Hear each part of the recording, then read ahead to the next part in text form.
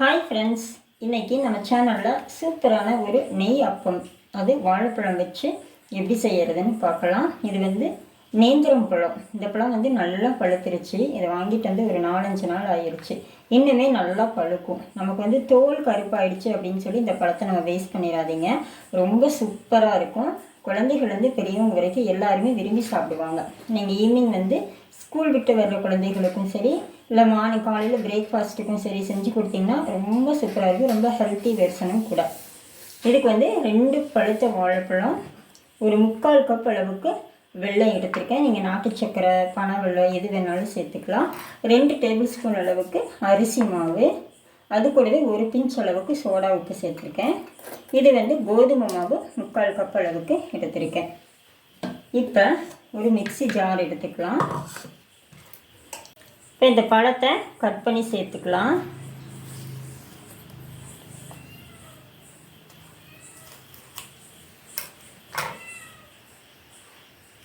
இந்த மாதிரி சின்ன சின்னதாக கட் பண்ணி போட்டுக்கோங்க. இன்னுமே இந்த பழம் வந்து நல்லா பழுக்கணும்.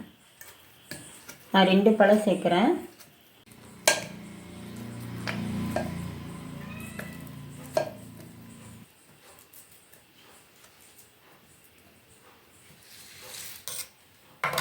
இது கூட நம்ம எடுத்து வச்சுருக்கிற சர்க்கரையை சேர்த்துக்கலாம்.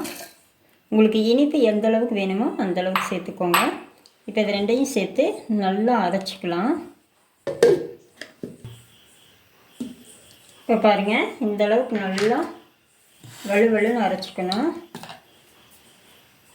இப்போ இது கூட கோதுமை மாவு, நம்ம எடுத்து வச்சுருக்கிற கோதுமை மாவு.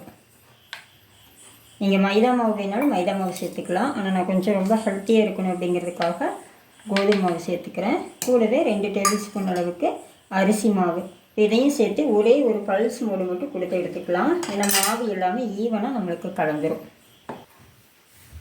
இப்போ நல்லா அரைச்சிட்டு வந்தாச்சு.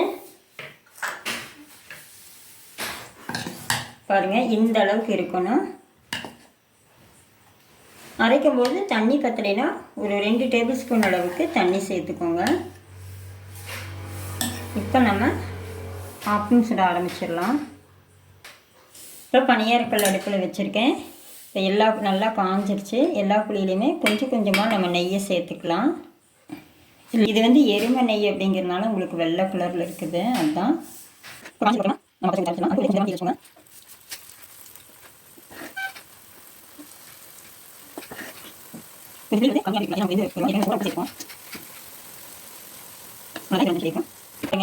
நல்லா வெந்துருச்சு. அடுத்து திருப்பி போட்டுக்கலாம். பாருங்கள், சூப்பராக நல்லா ப்ரௌன் கலரில் வந்திருக்கேன்.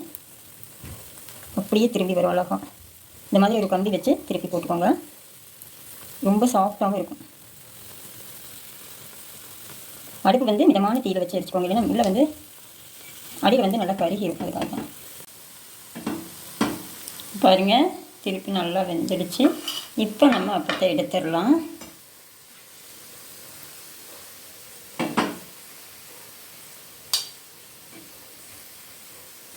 நான் சொன்ன அளவுகளோடு, நான் சொன்ன மெஷர்மெண்ட்டோடு கண்டிப்பாக செஞ்சு பாருங்கள். ரொம்ப சூப்பராக இருக்கும். பாருங்கள் எவ்வளோ அழகாக வந்திருக்குன்னு. ஒன்று கூட கல்லில் ஒட்டவே இல்லை.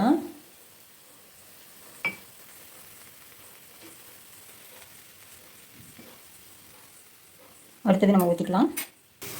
பாருங்கள், இப்போ 2வது அரிசியில் ஊற்றியாச்சு. ரொம்ப சூப்பராக வந்திருக்கு. இதை எடுத்துகிட்டு எல்லாத்தையும் நம்ம சுட்டுட்டு பார்க்கலாம். இது கூடவே நீங்கள் வந்து ஏலக்காய் பொடியோ ஏலக்காய் வேணும் அப்படின்னாலும் நீங்கள் சேர்த்துக்கலாம். அதுவும் ரொம்ப சூப்பராக இருக்கும். பாருங்கள், சூப்பராக ரெடி ஆகிடுச்சு. நல்லா சாஃப்டாக பஞ்சு மாதிரி இருக்குது. நான் எடுத்து உங்களுக்கு பிச்சு காட்டுறேன். பாருங்கள் எவ்வளோ சூப்பராக வந்திருக்குன்னு.